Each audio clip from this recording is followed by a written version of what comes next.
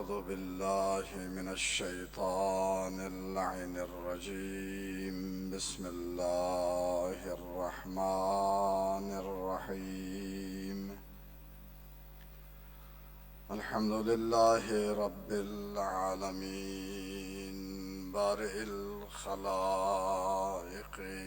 أجمعين، خالق السماوات والأرضين، باعث الأنبياء والمرسلين،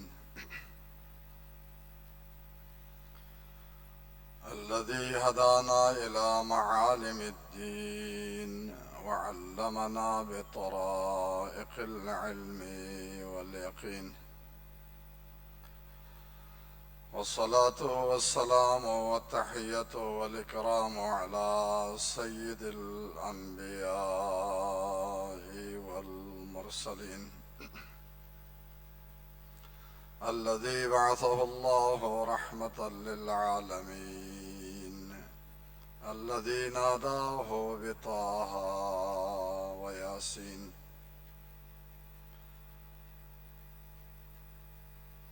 العبد المؤيد والرسول المسدد، المصطفى الأمجد المحمود الأحمد،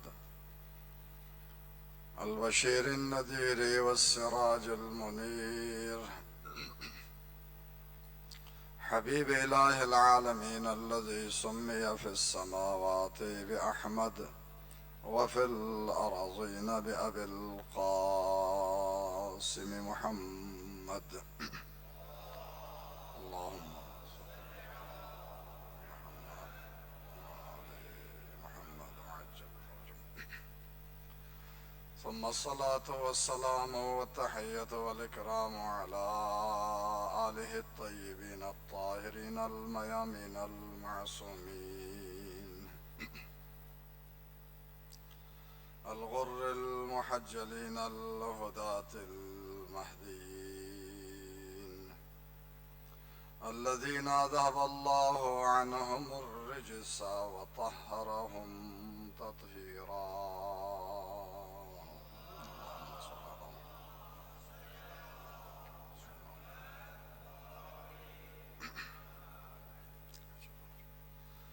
وعلى جميع الأنبياء والمرسلين والشهداء والصديقين وجميع عباد الله الصالحين،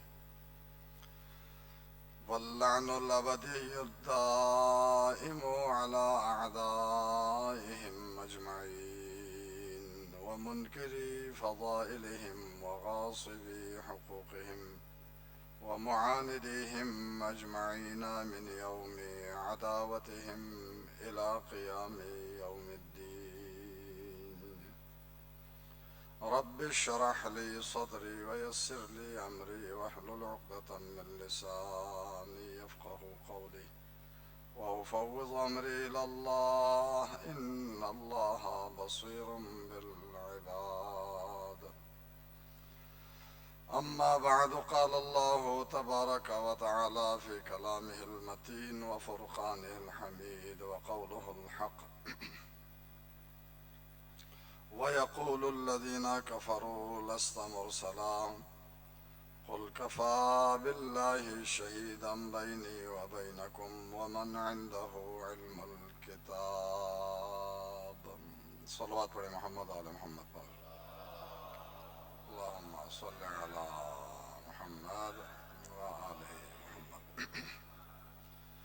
اپنی عبادات کی قبولیت کے لیے، گناہوں کی بخشش کے لیے، مرحومین کے درجات کی بلندی کے لیے ایک بار پھر درود بھیجے محمد آل محمد علیہ وسلم پر. اللہم صل علی محمد وعجل فرجهم. آپ تمام عزاداروں کے سمیت تمام مؤمنین و مؤمنات کی سلامتی کے لیے، خصوصاً علماء اعلام، مراجع اعظام، رہبر معظم انقلاب اسلامی آیت اللہ العظمہ سید علی خامنہئی، اسی طرح آیت اللہ العظمہ سید علی سیستانی، باقی مراجع اعظام، حوزہ علمیہ، مقامات مقدسہ، مراکز دینیہ، مومنین و مومنات، محبین آل رسول و زاداران سید الشہداء دنیا میں جہاں کہیں بھی ہو، سب کی سلامتی کے لیے ایک بار پھر درود بھیجے محمد و آل محمد علیہ السلام پر۔ اللہم صلی علی محمد و آل محمد وعجل فرجہم۔ قطب عالم امکان، حجت دوراں، ولی آخر الزمان، فرزند علی و بطول، امام عصر ارواحنا لہ الفدا کی سلامتی کے ساتھ ظہور میں تعجیل کے لیے ایک بار پھر بلند آواز سے درود بھیجے محمد و آل محمد پر۔ اللہم صلی علی محمد و آل محمد وعجل فرجہم۔ آغاز مجلس میں گزارش کروں گا تمام مرحومین کے لیے، شہداء، علماء، مراجع گزشتہ اور استاد بزرگوار محسن ملت رحمۃ اللہ علیہ، ان کی زوجہ مرحومہ، باقی تمام آپ حاضرین کے گزشتگان، ذوی الحقوق مرحومین، اس گناہگار کے والدین، ذوی الحقوق، سب کے درجات کے بلندی کے لیے ایک مرتبہ سورہ فاتحہ اور 3 مرتبہ سورہ اخلاص کی تلاوت فرما دیجیے۔ رحم اللہ من قرأ الفاتحہ۔ بسم اللہ الرحمن الرحیم، الحمد للہ رب العالمین، الرحمن الرحیم، مالک یوم الدین، ایاک نعبد و ایاک نستعین، اہدنا الصراط المستقیم، صراط الذین انعمت علیہم غیر المغضوب علیہم ولا الضالین۔ بسم اللہ الرحمن الرحیم، قل هو اللہ احد، اللہ الصمد، لم یلد ولم یولد ولم یکن له کفوا احد۔ بسم اللہ الرحمن الرحیم، قل هو اللہ احد، اللہ الصمد، لم یلد ولم یولد ولم یکن له کفوا احد۔ بسم اللہ الرحمن الرحیم، قل هو اللہ احد، اللہ الصمد، لم یلد ولم یولد ولم یکن له کفوا احد۔ اللہم اغفر للمؤمنین والمؤمنات والمسلمین والمسلمات الاحیاء منہم والاموات۔ پالنے والے اس ذکر کو، اس عبادت کو اپنی بارگاہ میں قبول و منظور فرما۔ حاضرین مجلس سمیت تمام مؤمنین و مؤمنات کے تمام اعمال و عبادات کو پروردگار اپنی بارگاہ میں قبول فرما۔ حاضرین مجلس سمیت تمام مومنین مومنات کے حوائج شرعیہ کو پورا فرما۔ پالنے والے ان مجالس کے وسیلے سے ہمیں تعلیمات و قرآن و اہل بیت کو، معارف الہیہ کو سیکھنے، سمجھنے اور ان پر عمل کرنے کی توفیق عطا فرما۔ پروردگار بحق محمد و آل محمد ہماری اولادوں کو، ہماری نسلوں کو نیک اور صالح اور محمد و آل محمد علیہ السلام کا پیروکار بنا دیں۔ جب تک زندہ رہے تیری ذات پر ایمان کامل کے ساتھ محمد و آل محمد علیہ السلام کی معرفت و محبت و مودت کے ساتھ جینے کی توفیق عطا فرما۔ دنیا میں ان کی معرفت و مودت کے ساتھ زیارت اور آخرت میں ان کی شفاعت ہمیں نصیب فرما۔ پالنے والے تمام مرحومین اموات مومنین و مؤمنات، خصوصاً حاضرین مجلس کے گزشتگان، ذوی الحقوق، بالاخص اس ادارے کے بانی استاد بزرگوار محسن ملت اور اس ادارے کے وہ مرحوم اساتذہ کرام جو اس دنیا سے جا چکے ہیں، پروردگار اس سب کے درجات کو بلند فرما۔ جوار معصومین علیہ السلام میں مقام و جگہ عطا فرما۔ پروردگار تمام مؤمنین مؤمنات کو، خصوصاً حاضرین مجلس مومنین و مومنات کو آفات و بلیات سے، شر اشرار اور دشمنوں کے شر سے محفوظ فرما۔ اسلام و مسلمین کو سربلند فرما۔ مکتب مقدس اہل بیت کو، مذہب تشیع کو روز بروز ترقی عطا فرما۔ دشمنان اہل بیت، دشمنان تشیع، دشمنان اسلام دنیا میں جہاں کہیں بھی ہو، جس شکل میں، جس روپ میں ہو، پالنے والے اگر قابل ہدایت ہوں تو ہدایت دے، ورنہ صفحہ ہستی سے انہیں نابود فرما۔ مجاہدین اسلام کو، دشمنان اسلام پر فتح و نصرت و غلبہ عطا فرما۔ حجت دوراں ولی آخر الزمان کے ظہور میں تعجیل فرما۔ ہم سب کو ان کے مخلص جانثاروں میں شامل ہونے کی توفیق عطا فرما۔ بالنبی و آلہ صلی اللہ علی محمد و آلہ اجمعین برحمتک یا ارحم الراحمین۔ ایک بار پھر دعاؤں کی قبولیت کے لیے درود پڑھیے محمد و آل محمد علیہ السلام پر۔ اللہم صلی علی محمد و آل محمد وعجل فرجہم۔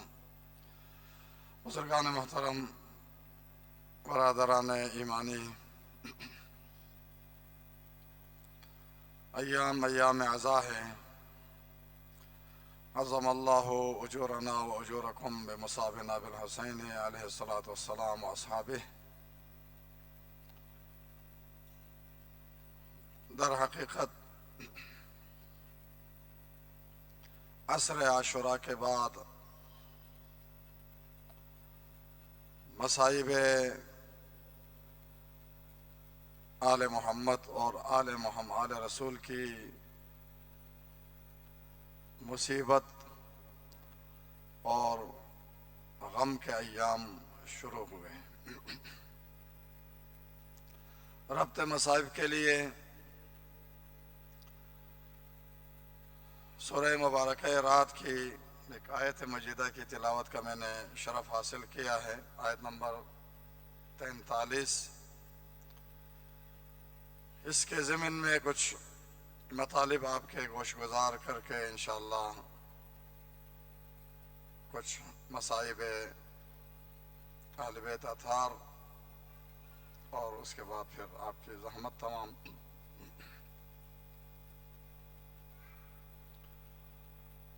ارشاد باری تعالی ہے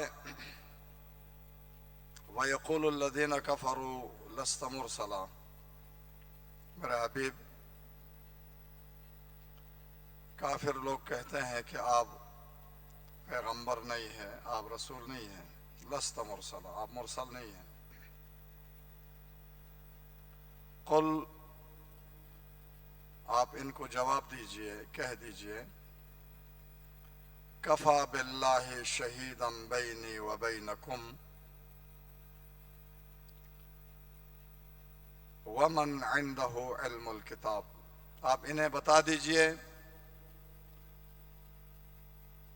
میری رسالت پر گواہی کے لیے تمہارے اور میرے درمیان اللہ کافی ہے، اور وہ ہستی اور وہ ذات بھی کافی ہے جس کے پاس علم الکتاب ہے.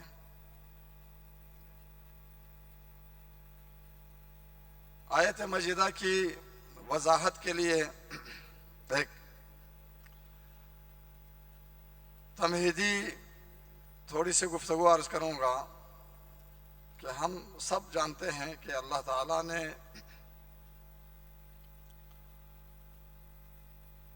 اپنے اس کائنات کے اندر موجود نظاموں میں ایک نظام ہدایت رکھا ہے.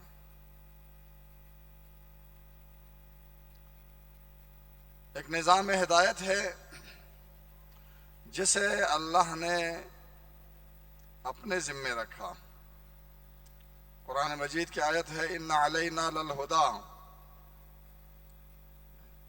ہدایت ہماری ذمہ داری ہے.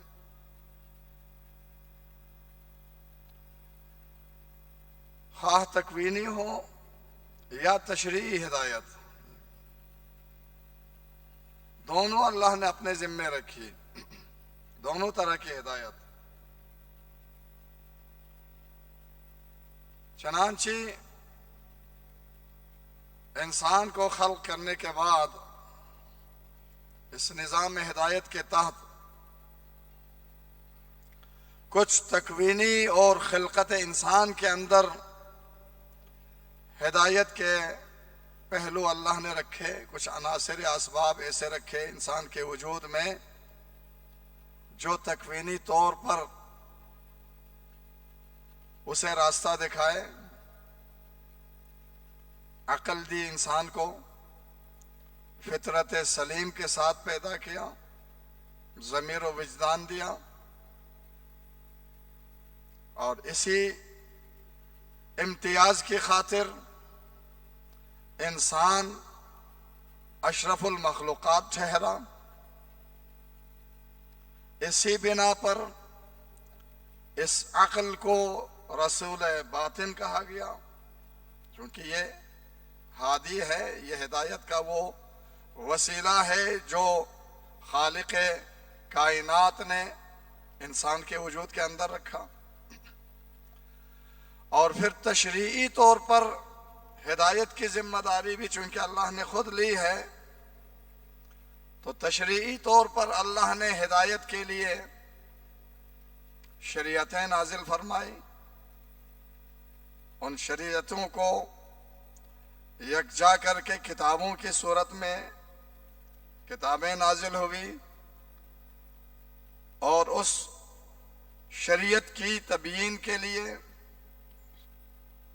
کتاب کی تبلیغ و تشریح کے لیے اللہ نے رسول بھیجے، انبیاء بھیجے،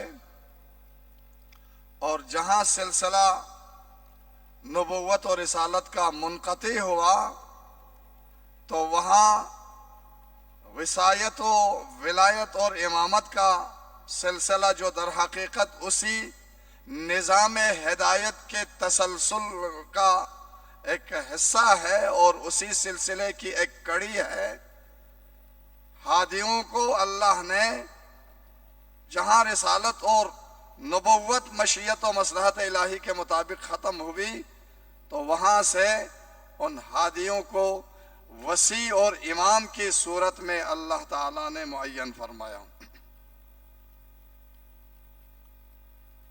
چنانچہ آخری نبی تشریف لائے، آخری کتاب نازل ہوئی، آخری شریعت اللہ کی طرف سے آئی، اور اعلان ہو گیا تبارک الذی نزل الفرقان علی عبدہ لیکون للعالمین نذیرا وما محمد الا رسول قد خلت من قبلہ الرسل ما محمد ابا احد من رجالکم ولکن رسول اللہ وخاتم النبیین۔ برملا یہ اعلان ہو گیا کہ یہ آخری نبی ہے، یہ آخری کتاب ہے، لیکون للعالمین نذیرا، اور اسی نظام ہدایت کے مطابق چونکہ اللہ کی ذمہ داری ہے، اللہ نے اس ذمہ داری کو اپنے نبی کے ذمہ قرار دی۔ نبی کی بنیادی ذمہ داروں میں سے یہ ذمہ داری ٹھہری کہ هو الذی بعث فی الامیین رسولا منہم یتلو علیہم آیاتہ ویزکیہم وَيُعَلِّمُهُمُ الْكِتَابَ وَالْحِکْمَةَ۔ تعلیم کتاب نبوت کی اساسی ذمہ داریوں میں سے قرار پائی۔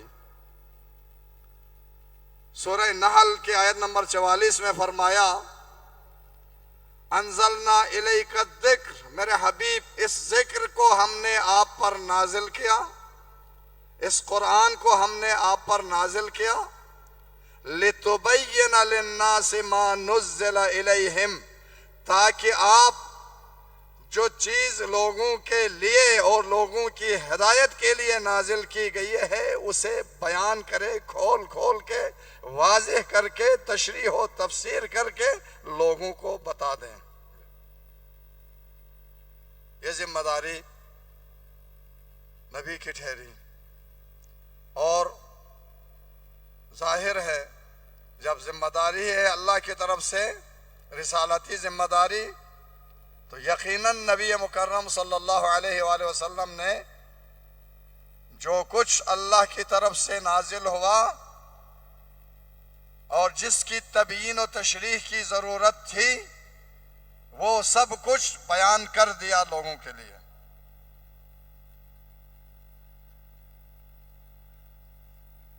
یہاں اگرچہ بعض اہل سنت علماء اور مفسرین اس بات کے قائل ہیں کہ قرآن مجید کے اندر کچھ آیات، کچھ حصہ قرآن کا ایسا ہے، کچھ آیتیں اس طرح کی ہیں کہ جن کا علم صرف اللہ کے پاس ہے، صرف اللہ کی ذات سے مخصوص ہے، حتیٰ پیغمبر اکرم صلی اللہ علیہ وآلہ وسلم بھی ان آیات کا علم نہیں رکھتے، جسے علماء و مفسرین امامیہ اور بعض حتیٰ خود اہل سنت کے مفسرین رد کرتے ہیں، کہتے ہیں کہ نہیں، ایسے کیسے ہو سکتا ہے کہ اللہ کوئی آیت نازل کرے پیغمبر اکرم کے اوپر اور پیغمبر کی ذمہ داری یہ ہو کہ وہ لوگوں کو بتائے اور پھر ان آیات کے درمیان اس کتاب کے اندر کچھ آیات ایسی ہوں، کچھ حصہ اس کا اس طرح سے ہو جس کا علم خود پیغمبر اکرم کو بھی حاصل نہ ہو، تو پھر ان آیات کے نازل کرنے کا فائدہ کیا رہا؟ لغو ہو جاتا ہے۔ اگر کچھ حصہ قرآن میں اس طرح کا ہے جس کا علم حتیٰ پیغمبر اکرم صلی اللہ علیہ وآلہ وسلم کو بھی حاصل نہیں ہے، تو اس کا مطلب یہ ہے اس حصے کا نزول ہو جاتا ہے لغو، جو اس ذات حکیم علی الاطلاق کی حکمت کے منافی ہے، منافی حکمت الہی ہے۔ لہذا نہیں ہو سکتا کہ قرآن کے اندر کوئی آیت ایسی ہو کہ جس کا علم حتیٰ پیغمبر اکرم کو بھی حاصل نہ ہو، یہ ممکن نہیں ہے۔ بہرحال جو کچھ نازل ہوا جس کی تبیین کی ضرورت تھی، یہاں ایک اور بحث بھی ہے، میں ابھی اس طرف نہیں جاتا، وہ بات بہت لمبی ہو جائے گی۔ مفسرین کے درمیان اور علوم قرآنی کے اندر یہ بحث آتی ہے کہ جو کچھ پیغمبر اکرم صلی اللہ علیہ وآلہ وسلم کے اوپر نازل ہوا، کیا حضور صلی اللہ علیہ وآلہ وسلم نے وہ سب کچھ بیان فرمایا یا نہیں فرمایا؟ اس میں دو تین قول ہیں۔ ابن تیمیہ سمیت کچھ لوگ کہتے ہیں کہ سب کچھ بیان کر دیا۔ جلال الدین سیوطی سمیت بعض خوئی وغیرہ کچھ لوگوں کا کہنا یہ ہے کہ نہیں، کچھ حضور نے بیان فرما دیا ہے، بہت کچھ بیان نہیں کیا۔ ذہبی کے ساتھ کچھ اور لوگ کہتے ہیں کہ نہیں، بہت کچھ بیان کر دیا ہے لیکن کچھ بیان نہیں کیا، اسی بنا پر کہتے ہیں کہ چونکہ کچھ آیات کا علم اصلاً پیغمبر اکرم کو حاصل ہے ہی نہیں ہے، وہ صرف اللہ جانتا ہے۔ مفسرین امامیہ کی نظر اس بارے میں یہ ہے، وہ فرماتے ہیں کہ نہیں، جو کچھ اللہ کی طرف سے نازل ہوا اس کا سارے کا سارا علم اللہ نے اپنے نبی کو دیا، اور جس جس کی تبیین کی ضرورت تھی، جس جس کو بیان کرنا رسالتی ذمہ داری میں شامل تھا، وہ سب کچھ حضور نے بیان کر دیا ہے، سب کچھ بیان کر دیا ہے۔ لیکن سوال یہ ہے کہ جو کچھ حضور صلی اللہ علیہ وآلہ وسلم نے بیان کر دیا، تو کیا امت نے، اس زمانے کے مسلمانوں نے، یا دوسرے لفظوں میں کہوں صحابہ کرام نے، وہ سب کچھ 100% حاصل کر لیا یا نہیں کیا؟ جو کچھ حضور نے بیان فرمایا، وہ سارے کا سارا علم، وہ ساری کی ساری تعلیم اور معارف الہیہ، کیا تمام صحابہ کرام نے جو حضور کے پاس رہنے والے مسلمان تھے، انہوں نے وہ سارے کا سارا علم سب نے حاصل کر لیا یا نہیں؟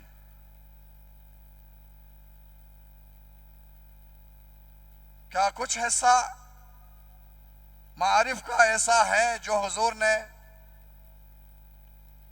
بیان فرمایا ہو اور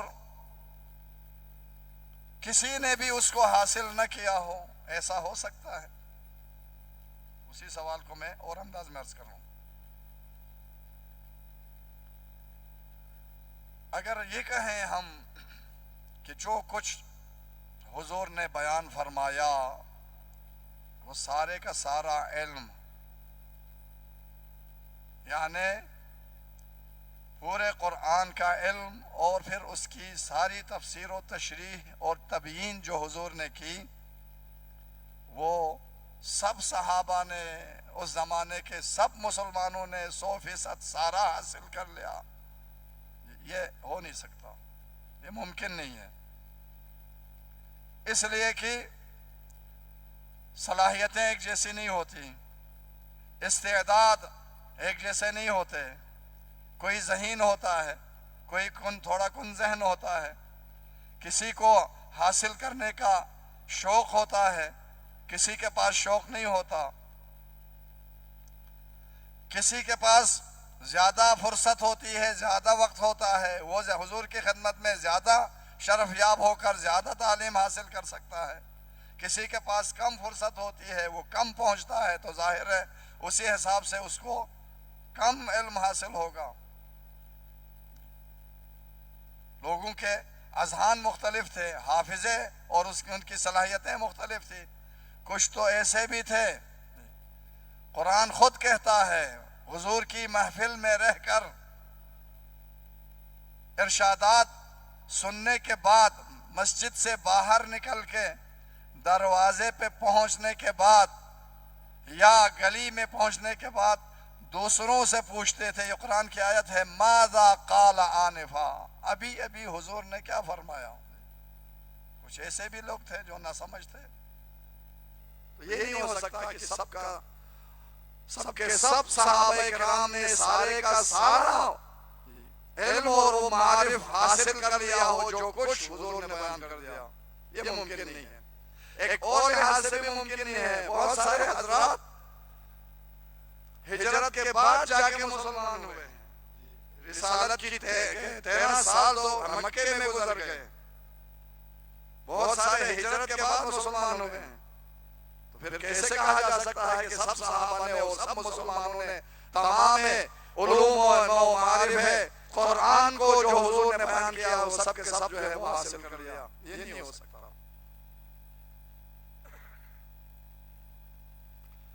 اور دوسری طرف سے یہ بھی نہیں ہو سکتا کہ جو کچھ اللہ کی طرف سے لوگوں کے لیے، لوگوں کے ہدایت کے لیے، قیامت تک آنے والے انسانوں کی ضرورت کے لیے اللہ کی طرف سے اس آخری کتاب میں، آخری شریعت میں اللہ کی طرف سے نازل ہوا ہو، اور وہ سارے کا سارا علم کسی نے بھی حاصل نہ کیا ہو، یہ بھی نہیں ہو سکتا.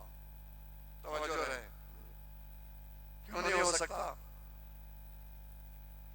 اس لیے یہ نہیں ہو سکتا. عقلاً یہ بات ممکن نہیں ہے. اگر ہم یہ کہیں کہ وہ سارے کا سارا علم جو حضور کے اوپر نازل ہوا، جو قرآن کے اندر موجود ہے، وہ کسی نے بھی حاصل نہیں کیا، وہ علم سارے کا سارا کسی کو بھی حاصل نہیں ہے، کچھ ایسا رہ گیا، اس کا مطلب یہ ہوگا کہ حضور کی رحلت کے بعد علم کا وہ حصہ ضائع ہو جائے گا، وہ طلب ہو جائے گا. اس کا مطلب اس حصے کا نزول کا جو مقصد ہے وہ فوت ہو جائے گا. عقلی لحاظ سے اسے کہا جاتا ہے نقض. فلسفے کی اصطلاح میں کہا جاتا ہے نقض غرض لازم آتا ہے، یعنی جس مقصد کے لیے وہ نازل کیا تھا وہ مقصد فوت ہو گیا، ختم ہو گیا، وہ حاصل نہیں ہوا. یہ حکمت الہی کے خلاف ہے، یہ نقض غرض لازم آتا ہے. لہذا عقل یہ کہتی ہے جب لوگوں کے لیے اللہ کی طرف سے نازل ہوا ہے تو کچھ ایسے افراد موجود ہونے چاہیے، یا حد عقل کوئی ایک فرد ایسا ہو امت کے درمیان جس نے وہ سارا کا سارا علم، کتاب کی مکمل تعلیم اور وہ سارا علم حاصل کر لیا ہو جو اللہ کی طرف سے رسول گرامی پر نازل ہوا ہے.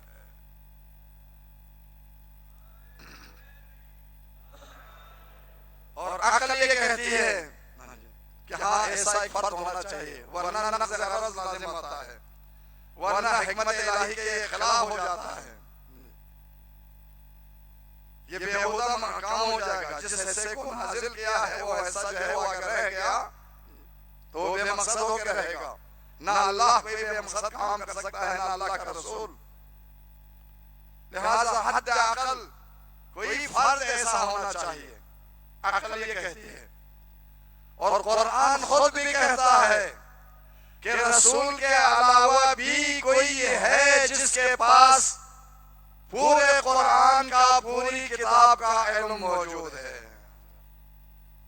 اسی آیت کریمہ کے اندر فرمایا، کافروں نے مطالبہ کیا کہ آپ قرآن کے علاوہ کوئی اور معجزہ ہمیں دکھائیں. کچھ معجزے دکھائیں، انہوں نے نظر انداز کر دیا. کہا کہ کوئی اور معجزہ جو ہمارے مطالبے کے مطابق ہو. یہ مطالبہ اللہ کی طرف سے رد ہوا تو پھر کہنے لگے پھر تو آپ رسول ہی نہیں ہے، پیغمبر ہی نہیں ہے۔ یقول الذین کفروا لست مرسلا، اللہ نے فرمایا قل کفی باللہ شہیدا بینی و بینکم، تمہارے میرے درمیان میری رسالت کی گواہی کے لیے کافی ہے، کفی باللہ کافی ہے، اللہ کافی ہے۔ اللہ کو گواہ قرار دیا اللہ نے خود۔ استاد بزرگوار تفسیر الکوثر میں اس آیت کی تفسیر میں فرماتے ہیں اس بنا پر کہ کلام الہی کو اللہ نے اس اعجازی کلام کے اندر قطعی اور بین دلیل کے ساتھ آپ کی رسالت کو بیان کر دیا ہے، اس بنیاد پر اللہ نے خود کو گواہ قرار دیا اور کہا کفی باللہ شہیدا، گواہی کے لیے اللہ کافی ہے اور وہ ذات کافی ہے گواہی کے لیے، من عنده علم الکتاب، جس کے پاس پوری کتاب کا علم موجود ہے، جس کے پاس پوری کتاب کا علم ہے۔ یہاں ایک مطلب عرض کر کے گفتگو کو میں آج کی اس گفتگو کو سمیٹنے کی انشاءاللہ کوشش کروں گا، وہ یہ ہے، الحمدللہ پڑھے لکھے حضرات موجود ہیں، بہت سارے ہمارے علماء کرام طلاب اعظام تشریف فرما ہے، من عنده علم الکتاب، وہ کافی ہے جس کے پاس کتاب کا علم ہے، الکتاب، جس کے پاس علم ہے الکتاب کا۔ یہ الکتاب میں جو الف اور لام ہے، اس کو گرامر اور عربی ادبیات کے روح سے دیکھا جائے تو یہ الف اور لام یا الف لام عہد حضوری ہے یا یہ الف لام جنس ہے، کوئی تیسری صورت یہاں ہو نہیں سکتی۔ الف لام عہد اگر ہوا تو یہ معنی ہوگا کہ جس کے پاس اس مخصوص کتاب کا یعنی قرآن کا علم ہے، توجہ رہے، جس کے پاس قرآن کا علم ہے۔ اگر یہ الف لام عہد ہوا تو آیت کا معنی یہ ہوگا من عنده علم الکتاب، گواہی کے لیے وہ کافی ہے جس کے پاس ساری کتابوں کا علم ہے، تمام کتابوں کا، جن سے کتاب جس میں تمام آسمانی کتابیں من جملہ لوح محفوظ شامل ہے۔ تو آیت کا معنی بنے گا جس کے پاس تمام کتابوں کا علم ہے۔ اچھا، یہ ایک اور نقطہ ادبی حوالے سے علماء کرام تشریف فرما ہے، میری تائید فرمائیں گے، وہ یہ ہے کہ ایک قاعدہ ہے عربی گرامر کے اندر، جب مصدر مضاف ہو جائے کسی ایسی کلی کی طرف جس کے سارے اجزاء مساوی ہو، جس کی طرف جو ہے اضافت ممکن ہو، جس کا تعلق جو ہے اس مصدر کے ساتھ ہو سکتا ہو، تو یہ یفید العموم، یہ عموم کا فائدہ دیتا ہے۔ مصدر کا کلی کی طرف اضافہ ہونا ادبی قواعد کے مطابق، گرامر کے اصولوں کے مطابق یہ عموم کا معنی دیتا ہے۔ سادہ کر کے عرض کروں، یہ کل کا معنی دیتا ہے، سارے کے سارے کا معنی دیتا ہے، عموم کا یہ مطلب ہے۔ تو ان دو باتوں کو سامنے رکھتے ہوئے آئیے ہم ایک دفعہ آیت کی طرف نظر کرتے ہیں اور اب آیت کا ترجمہ کرتے ہیں۔ اللہ نے فرمایا میرے نبی کی رسالت کے لیے، اس بات رسالت کے لیے، گواہی کے لیے کافی ہے ایک اللہ کی ذات، ایک وہ ذات جس کے پاس یا تو قرآن کا سارے کا سارا علم موجود ہے یا ساری کتابوں کا سارے کا سارا علم موجود ہے۔ من عنده علم الکتاب، جس کے پاس تمام کتابوں کا پورا علم موجود ہے۔ آیت یہ بتا رہی ہے کہ رسول گرامی اسلام کے بعد امت کے درمیان حد اقل کوئی ایک فرد ایسا ہے جس کے پاس جو کچھ رسول گرامی پہ نازل ہوا وہ سارے کا سارا علم موجود ہے، اور اسی کو اللہ نے رسالت کا گواہ قرار دیا ہے۔ وہ رسالت کا گواہ ہے۔ اب وہ کون ہو سکتا ہے؟ وہ کون ہو سکتا ہے؟ ویسے تو اور آیات کریمہ بھی موجود ہے۔ القرآن یفسر بعضہ بعضا۔ آج کی میں گفتگو یہیں پہ سمیٹنا چاہتا ہوں، میں اس آیت کی طرف نہیں جاؤں گا۔ قرآن کی آیات بھی موجود ہے جو یہ بتاتی ہے کہ وہ کون ہو سکتا ہے، اور پھر 20 روایات پیغمبر اکرم صلی اللہ علیہ وسلم کی موجود ہے۔ شیعہ سنی سب نے لکھا ہے، منہر حدیث کی اور تفسیر کی کتابوں میں علماء اہل سنت نے بھی لکھا، علماء شیعہ نے بھی لکھا۔ شواہد و تنزیل کے اندر حسکانی نے اسی آیت کے ذیل میں 6 روایتیں لکھی ہیں۔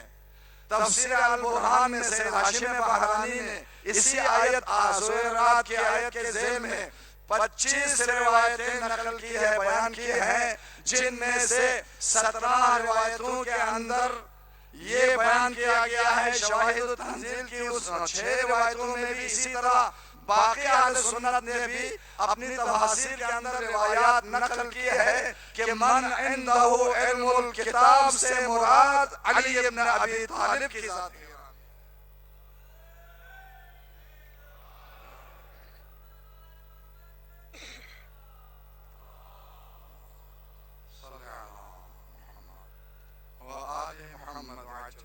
من عنده علم الکتاب، جس کے پاس پوری کتاب کا علم ہے یا تمام کتابوں کا پورا علم ہے، وہ ذات ہے امیر المؤمنین علی ابن ابی طالب علیہ السلام۔ علی کیسے ہے، کیوں ہے، دلیل کیا ہے، انشاءاللہ اللہ نے توفیق دی اور توجہات امام اثر رواح اللہ الفدا شامل حال رہے تو کل میں انشاءاللہ اس حوالے سے دلیل پیش کروں گا کہ علی کیسے ہیں، کیسے ہو سکتے ہیں علی۔ آیات موجود ہے، روایات موجود ہیں، بہت ساری روایات، ایک نہیں 20 روایات اس بارے میں موجود ہیں۔ میں نے عرض کیا سید ہاشم بحرانی نے اس آیت کے ذیل میں 25 روایت بیان کی ہے، جن میں سے 17 روایتوں میں یہ بیان ہوا ہے کہ من عنده علم الکتاب سے مراد علی ابن ابی طالب ہے، اور باقی 8 روایتوں میں یہ بیان ہوا ہے کہ من عنده علم الکتاب سے مراد ائمہ 12 ائمہ طاہرین علیہم السلام ہیں، جن میں سر فہرست امیر المؤمنین کے ذات گرامی ہے۔ بہت ساری روایت موجود ہیں۔ ان خاص روایتوں کے علاوہ ایک بہت مشہور روایت جو ہم سب کو یاد ہے، سب کو پتا ہے، شیعہ سنی منابع کے اندر تواتر سے یہ روایت بیان ہوئی ہے۔ اس روایت کا معنی اور مفہوم بھی یہی ہے کہ اگر کسی کے پاس پورے قرآن کا علم ہو سکتا ہے تو وہ علی ابن ابی طالب کے ذات ہے۔ وہ روایت کون سے ہے؟ سب کو یاد ہے، حضور نے فرمایا علی مع القرآن والقرآن معہ، کہ علی قرآن کے ساتھ ہے، قرآن علی کے ساتھ ہے۔ اس حدیث کا معنی بھی یہی ہے، اس کے ایک حصے کا معنی بھی یہی ہے، علی وہ ہے من عنده علم الکتاب، جس کے پاس پوری کتاب کا علم ہے۔ اس حدیث کے ایک حصے کا مفہوم یہی ہے۔ فرمایا علی مع القرآن، علی قرآن کے ساتھ ہے، والقرآن مع علی، اور قرآن علی کے ساتھ ہے۔ حدیث کے اس 2 جملے سے 2 باتیں ثابت ہوتی ہیں، 2 مفہوم سامنے آتا ہے اور 2 چیزیں ثابت ہوتی ہیں۔ ایک یہ کہ علی معصوم عن الخطا ہے، اور دوسری چیز یہ کہ علی کے پاس پورے قرآن کا علم موجود ہے۔ علی مع القرآن والقرآن مع علی کا یہ معنی ہے۔ اس لیے ساتھ ہونے کا کیا مطلب ہے؟ قرآن کو اٹھا کے اپنے مثلاً جیب میں ڈال کے رکھے یا ہمیشہ ہاتھ میں اٹھا کے رکھے، فزیکل اس کا ساتھ ہونا یہ مراد نہیں ہے۔ علی قرآن کے ساتھ ہے کا مطلب یہ ہے کہ علی کا کوئی عمل، علی کا کوئی قول، کوئی بات، گفتار و کردار علی کا کوئی ایسا نہیں ہو سکتا جو قرآن کے مطابق نہ ہو۔ علی کی پوری زندگی کا ہر لمحہ قرآن کے مطابق ہے، تو پھر علی قرآن کے ساتھ ہے۔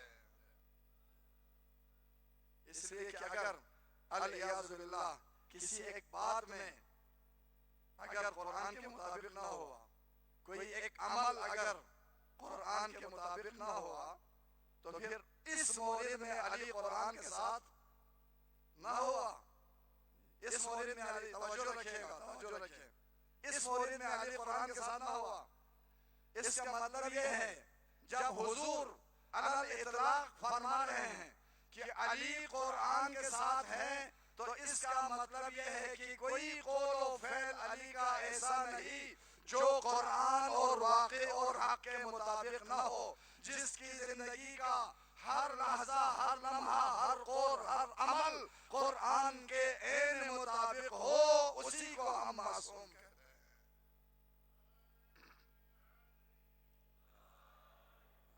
اسی کو معصوم کہا جاتا ہے۔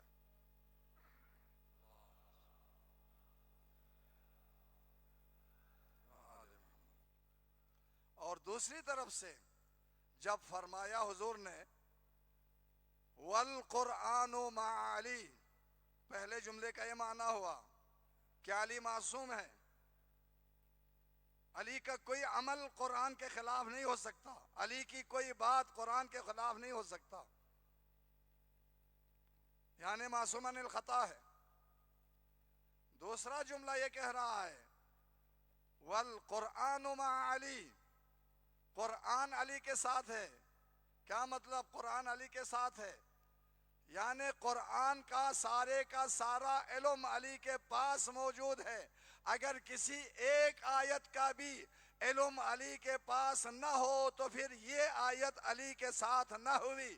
لہٰذا یہ علی الاطلاق کہنا حضور کا کہ قرآن علی کے ساتھ ہے، اس کا لازمہ عقلی یہ ہے کہ قرآن کا سارا علم علی کے پاس ہے۔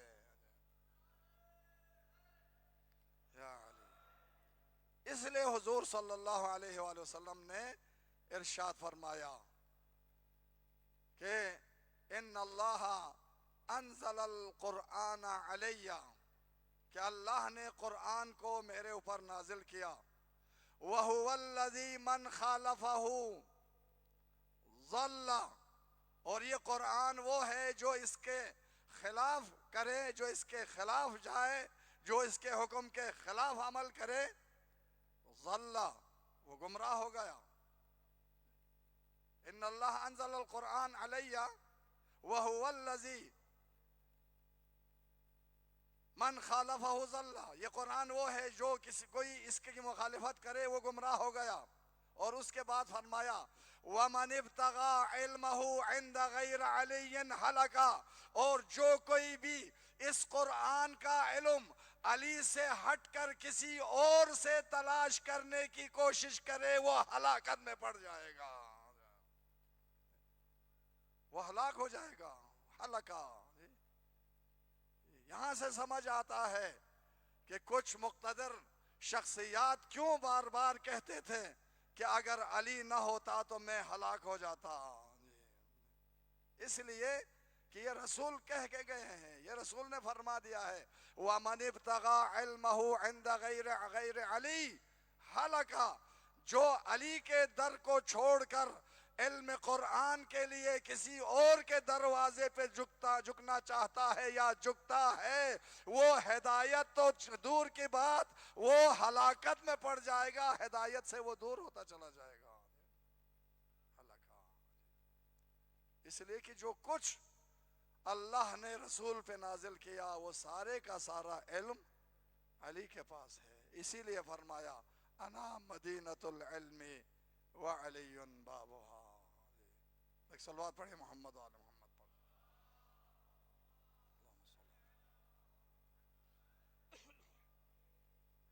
بس عزاداران گرامی، میری گفتگو تمام ہوئی. ابھی میرے نہایت ہی محترم اور بزرگ برادر بزرگوار جناب غیور زیدی صاحب نے علامہ کا وہ بیت آپ کو سنایا کہ حدیث عشق دو بابست کربلا و دمشق، یک حسین رقم کر دو دیگر زینب. جب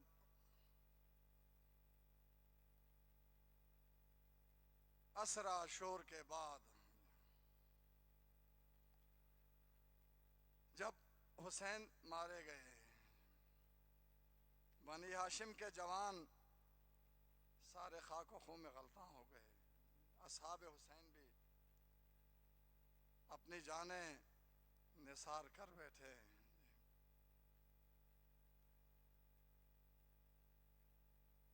وہاں تک در حقیقت آل ابو طالب کی آزمائش تھی. ایک لحاظ سے حسین اور اصحاب حسین نے اپنی شجاعت و شہامت اور اس بہادری کا امتحان دیا. راہ خدا میں سب نے اپنی جانیں بڑی رغبت اور بڑے شوق سے اخلاص کے ساتھ پیش کیا.